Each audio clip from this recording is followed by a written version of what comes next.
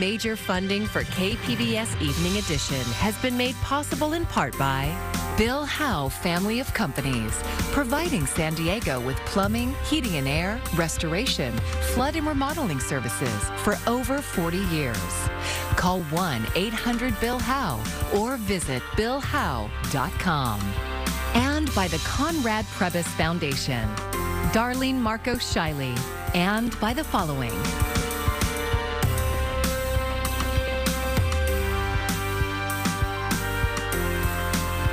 And by viewers like you. Thank you. COVID cases are surging again just in time for the holidays. Good evening, I'm Maya Trabulsi. The Biden administration is sending out more free COVID test kits, but KPBS reporter Kitty Alvarado says a lot of people here still need their vaccines. Flu and COVID are rampant again in San Diego County.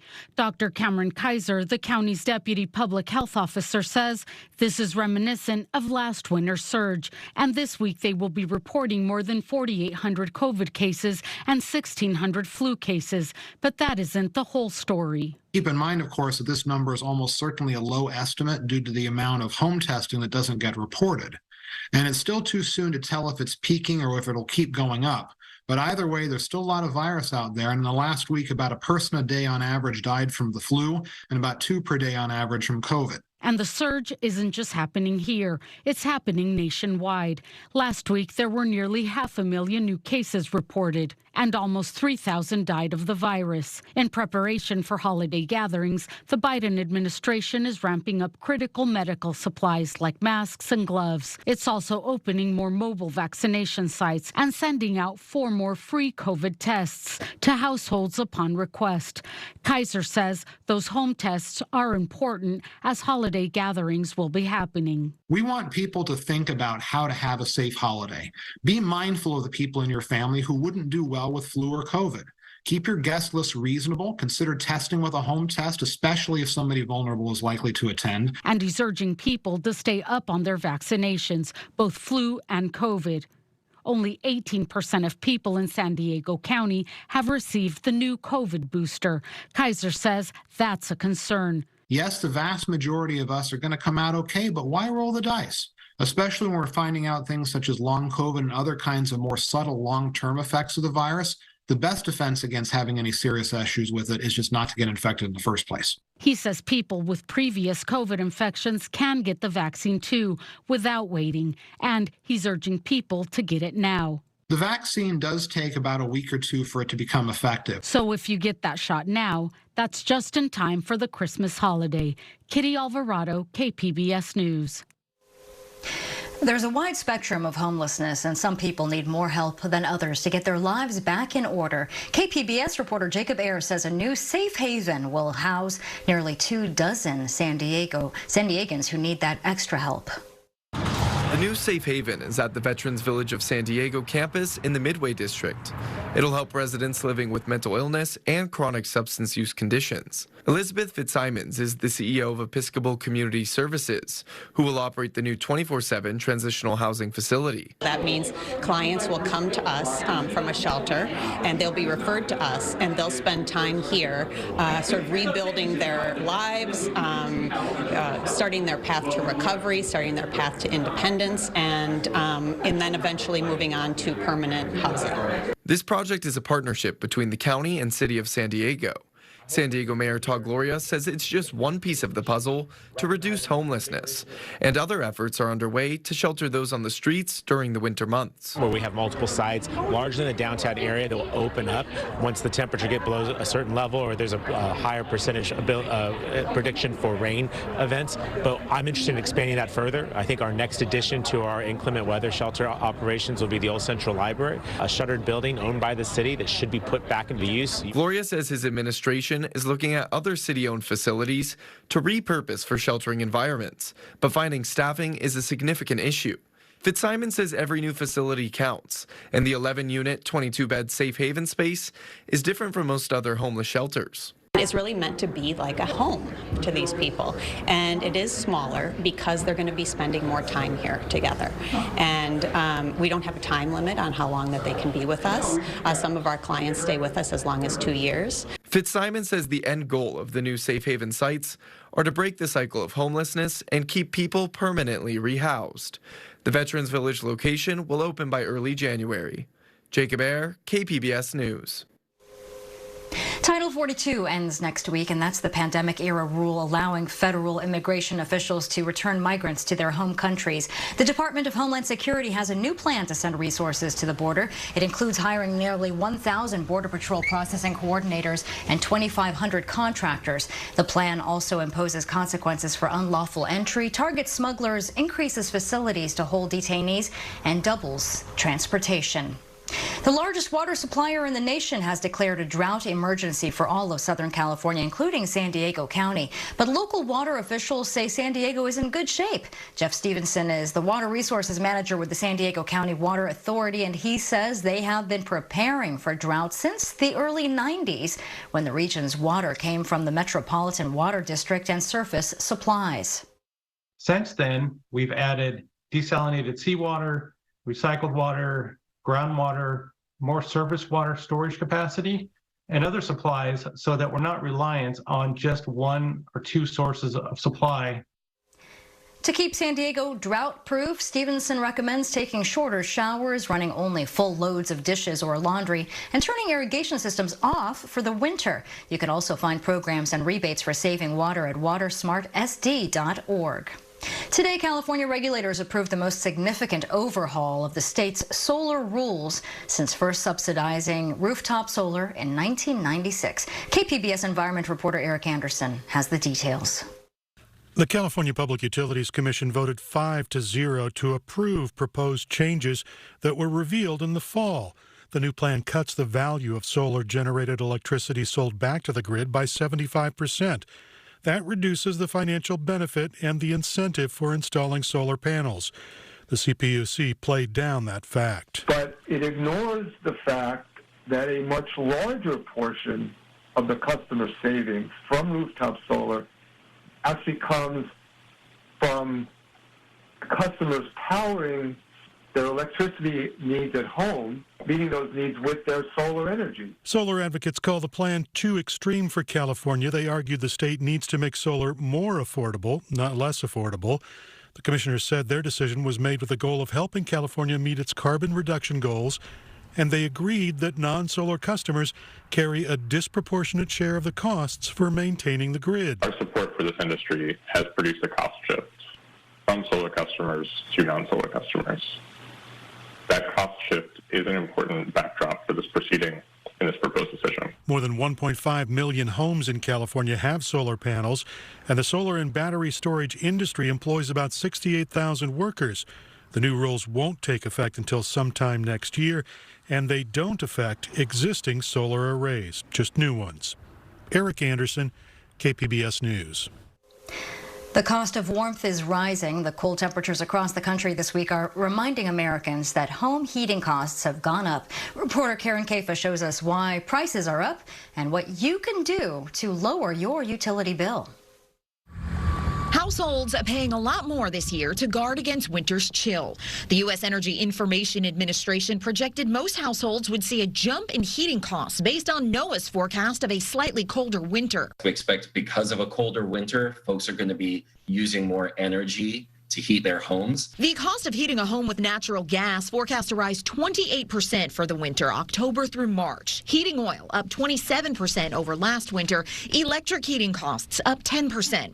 Most of the push in oil and natural gas prices here at home, a collision of supply and demand with uncertainty abroad, like that from Russia's war in Ukraine. As this war continues and as nations choose to further sanction Russia, that would have a large effect on the way commodities are produced, the way commodities move around the global market. And with lingering high inflation pushing up the cost of everything else from groceries to shelter. Even though energy prices have been cyclical in the past, there's a lot of concern this year that these prices will stay high for the foreseeable future. Mark Wolf of the National Energy Assistance Directors Association, which represents state directors of the Federal Low-Income Home Energy Assistance Program, known as LIHEAP, says their recent report found more than 20 million American families behind on utility bills. We've never seen prices as high, along with high food prices and high rent prices. So this is a potential crisis coming. Meaning the winter could prompt more tough choices for some households. In Washington, Karen Kafa, KPBS News. While prices for just about everything are up this holiday season, drivers are finding a bit of relief when they go to fill up. Mike Valerio has your travel forecast. The song says there's no place like home for the holidays, but that might not be true for everyone. We are forecasting 113 million people are going to be traveling for this upcoming holiday period. About 101 million will go by car. AAA is forecasting the third busiest year for holiday travel since the agency began tracking in 2000, topped only by 2018 and 2019. But spokesperson Andrew Gross says people are beginning to return to pre-pandemic level travel, which means crowds at the airports and traffic on the roads. Routes in major metro areas are expected to be especially congested both Fridays, leading into the Christmas and New Year's holiday weekends. If you're driving, you have more flexibility because you can decide what time you're going to go. And while soaring inflation means you may be paying more for holiday gifts, drivers are catching a break at the pump.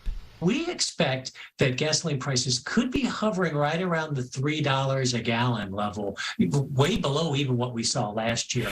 Gross notes the global price of oil, along with the less expensive winter blend of gas, is behind the steady decline in prices. But to get the most mileage out of that tank of gas and stay safe on the roads, AAA recommends having your vehicle serviced before your trip and plan for anything Mother Nature may have in store.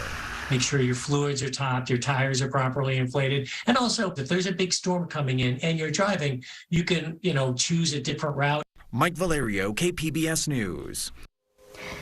And of course, gas is much more expensive in California compared to the rest of the country, but we're still getting a bit of a break at the pump. Here in San Diego County, the average price for a gallon of regular is $4.50. That is the lowest price we've seen since October of 2021. The holiday season can bring added stress to many seniors and families, and that's why every year the Community Resource Center in Encinitas tries to help ease that stress with some gifts. And as KPBS North County reporter Tanya Thorne shows us, the help doesn't end there. I want to wish you a Merry Christmas. I want to wish you a Merry Christmas.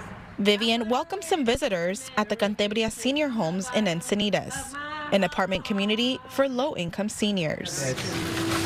My goodness, wow. Look at this. This week, the Encinitas Community Resource Center is giving the residents there a holiday gift. We have stamps, we have journals, we have seized candy, just a few extra treats. Scrabble, I love Scrabble. But items that really seniors have identified that would bring them warmth. In addition, we do have a blanket that we're giving to each of our seniors. Rebecca Nussbaum is with the Community Resource Center. She says the senior holiday gifts are just a portion of the annual traditions the center does. They also fill holiday backpacks for people experiencing homelessness and take families in need shopping. Yeah, what we really find is that the holidays bring a lot of stress to families and individuals, especially living in a low income, because they have the pressure of the holidays they want to be able to provide to their family, but oftentimes they're not able to. And so we really want to alleviate that stress while also offering them a brighter holiday experience. While the holiday gifts are a regular annual project, something new is on the way. For a long time, CRC has worked within the walls of this facility since it purchased it in the 80s, and we've never really designed the insides of the building for the programs and services we provide. A lot has changed since the 1980s, and our services have grown. The number of people coming to us for services grown. John Van Cleef is the CEO of the Community Resource Center. He says that in order to meet the needs of the community with dignity, some changes are needed. We really are renovating our current campus, and we purchased property next door to build a new food and nutrition center that will look more like a neighborhood market. Van Cleef says their food and nutrition center will expand their building by about 1,000 square feet. But the expansion is expected to cost $10 million. And Van Cleef says only half of that has been secured. So CRC really is the child of this community's compassion and capacity to help our neighbors in need. So as we focus on taking care of what we have and building for our future, we really want to capture that spirit of the one community and the spirit of the one heart in this capital campaign. Once funds and permitting are secured, CRC hopes to make construction progress in the next year. Merry Christmas. All right. Yeah, you take care. Feliz Navidad. Tanya Thorne, KPBS News. Today marks the beginning of Simbang Gabi, a Filipino tradition that's been around for more than 500 years. It's a time when families gather and attend Mass every day for 9 days in preparation for Christmas. During the pandemic, changes had to be made to the celebration. Instead of gathering together after the Mass, eating specialty dishes from the Philippines, churches offered to-go meals. But this year, it's back to normal. I get to see all my aunties and uncles that I never seen in the past year, and that's what makes it so special, because they feel like you're at home. Even we are here, we can still feel the spirit of Simbang Gabi, and we can do our traditions. Several South Bay churches are hosting their own version of the Filipino tradition. Major shipping deadlines for holiday delivery are just days away. If you're sending gifts across the country or to service members stationed abroad, key details can make a big difference. Karen Kafa has insider tips from the major shippers. This guy handles his own last-minute shipping. The rest of us have deadlines. The longer you wait, the more limited your choice of shipping becomes. For delivery by December 25th, the United States Postal Service says the recommended deadline for ground service packages and first-class mail, like greeting cards, is Saturday, December 17th. Priority mail, Monday, December 19th. Everybody wants to get those holiday greetings and gifts in the mail.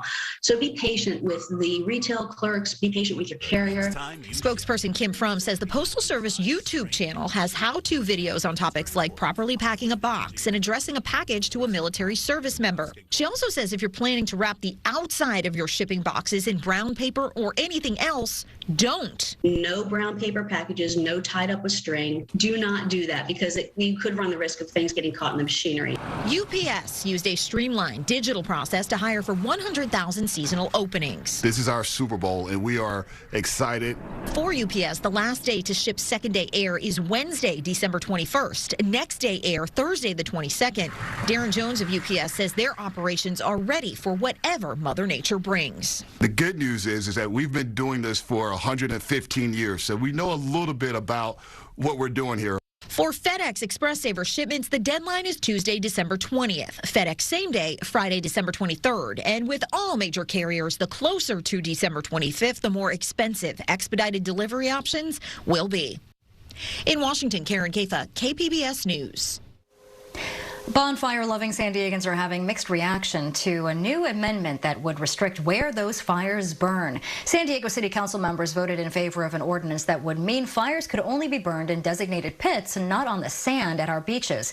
City Council member Joe LaCava issued a statement about the amendment, saying it's about safety. He says his recommendation had a broad support from police, fire, lifeguards, and park rangers, as well as town councils and environmentalists. I think it's like a pretty good rule, just because some of my friends have actually stepped in hot coals before because people cover up their bonfire. Propane fires will still be allowed on the sand outside of the rings. The amendment won't go into effect until 30 days after a second city council approval in January. As we take a look at our weather headlines, our weather's pretty tranquil. Dry weather continues. Gusty winds on Friday. See the winds, especially in the interior and the mountains, gusting out of the north and northeast. But our temperatures will be staying cool into the future. There may be a little bit of a bump up in the temperatures next couple of days before it cools off once again. Tonight we still have the clouds around, and our temperature settles down to about 47 in the metro, 42 in Oceanside, and 34 in Mount Laguna. You'll see temperatures in the mid-40s, Escondido and El Cajon. You can see the clouds with us through the night and into early tomorrow, and then we'll start to see some partly sunny skies. But notice there's no precipitation anywhere near us. So it looks like the storms are going to be staying away for a while, so we're dry And we'll be still a little bit on the cool side here, but we'll see sunshine making a return. Our temperatures here up to 49, Mount Laguna, Borrego Springs 66, in the metro 67. El Cajon's up to 70, and Oceanside 67 degrees. Saturday, we could see some milder air. Don't get used to it because it'll start to turn cooler again on Sunday. And notice, too, you don't see any precipitation anywhere. We are dry. So here's our forecast for the coast. See some sun coming back at us. We'll be in the mid-60s, and then turns cooler again. Temperatures below average Sunday into early next week. Inland sections, we'll see clouds and sun, upper 60s, and then it's noticeably cooler on Sunday. More sunshine. And as we take you into the mountains, we'll have some sun here too, but it stays cool. Lows at night, way down to the 20s. And as we take you into the desert, it's dry and it's cool, especially on Saturday. And for KPBS News, I'm meteorologist Mark Mancuso. I'm Judy Woodruff. Tonight on the News Hour, the commander of the U.S. Navy in the Pacific discusses rising tensions with China in the region. Coming up at 7 after Evening Edition on KPBS. A big donation to the San Diego Humane Society will make it cheaper to adopt a new pet. Now, through the end of the year, the agency is waiving adoption fees for adult dogs. The Humane Society has locations in Escondido, El Cajon, Oceanside, and San Diego, and are open Tuesday through Sunday. Adult dogs are those 7 months and older. More information is at sdhumane.org/adopt. Well, every day, a number of animals are euthanized in shelters in San Diego County. That, of course, includes cats. And that fact haunted a local animal lover. So a few years ago, she decided to do something about it. KPBS reporter John Carroll shows us what she created that is life-giving for thousands of cats. On Torrey Pines Road in La Jolla, close to the end where it meets Girard, you see this, a lounge for cats and people. Thank you, honey. How can I help you? A place where felines, most destined for euthanasia, are rescued. A lounge where love between people and cats blossoms. I worked with other shelters, rescues, veterinary hospitals, and wanted to just do things differently. The beauty is, people can come to spend time with them. Renee Chamlou is a practicing attorney. That's her 9-to-5 job. But as much as she loves the law, her passion for cats compelled her to get involved in rescuing them and matching them up with people. She started in her apartment. And it was successful, but that's such a small scale. So I knew I needed something. So that's where the cat lounge came from. And yeah, this is it now. Chamlou found this space that had been vacant for some time, so it was affordable. It opened in 2019. About a year ago, Chamlou obtained the space next door. A wall was knocked down and a nursery was born. It is light and airy. Kittens are kept with their sisters and brothers in separate compartments. You don't want to swap or intermingle litters because one might have diseases and the other one doesn't. You can see the compartments have clear walls. Chamlou, along with her staff and volunteers, aren't fans of cages. Except when they're absolutely necessary. These two kitties are particularly adept at jumping. They landed in this cage after repeatedly jumping over the wall out of their compartment. Anyone who works at a shelter will tell you the kittens get adopted out much faster than their older counterparts. Yeah, I've never had cats before, so it'll be new. While we were shooting this story, Rebecca Powell and her husband Kane came in to browse. But after a few minutes, love was in the air, and a new chapter of human-feline relations was about to begin. Then I met the two kittens, and I was like, oh my gosh, this is great. And they liked me, I think. And so I guess they're going to come home with me. Oh, yeah. Over on the other side, the adult cats spend their days welcoming visitors, no doubt hoping for that right one. But it's not a bad place to wait. There is plenty to do. Here in the cat lounge, amongst the toys and the cat trees, there is something else. On the catwalk. They have a catwalk. Not this kind of catwalk. Here, they've got a real catwalk. The Cat Lounge Rescue and Adoption Center is nonprofit. They survive on donations and on admission. There is a fee of $20 for adults, $10 for kids and seniors. Shamlu says most visitors don't end up adopting. She says a lot of people just like spending time here. We have Wi-Fi, so if you want to bring your laptop and do work, I don't know how much work you'll get done, but... For those who adopt, the cost of admission is subtracted from the adoption fee, which ranges between $95 and $300, depending on the cat's age. But once you're a cat parent, the Cat Lounge doesn't abandon you. And once they do go home, we call after a few days to see how things are going. We are always a resource for our adopters. And I think that's one of the best things about adopting from a rescue is you have our knowledge and our care behind it. That knowledge and care has had a pretty remarkable outcome. A chalkboard in the corner of the lounge spells it out. Once the pandemic hit, they shot from 223 adoptions in 2019 to nearly 1,700 the following year. The total to date is 4,573 cats. Connections made. Oh, yes. Homes found. Thank you. Thank you. Lives saved. John Carroll, KPBS News. What a great story. Well, here is a look at what we're working on for tomorrow in the KPBS newsroom. NPR's Morning Edition has a preview of Grammy winner Alicia Keys' first Christmas album called Santa Baby. And this week's KPBS Roundtable will feature a panel of doctors to tell us about the health concerns with large holiday gatherings expected this weekend. And you can find tonight's stories on our website, kpbs.org. Thanks for joining us. I'm Maya Trabulsi. Good night.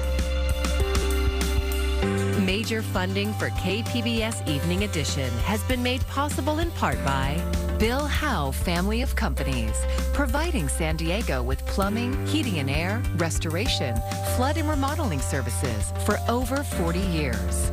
Call 1-800-BILL-HOWE or visit billhowe.com.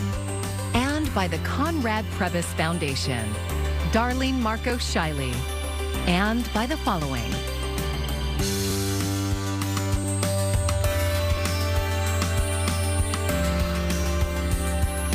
And by viewers like you. Thank you.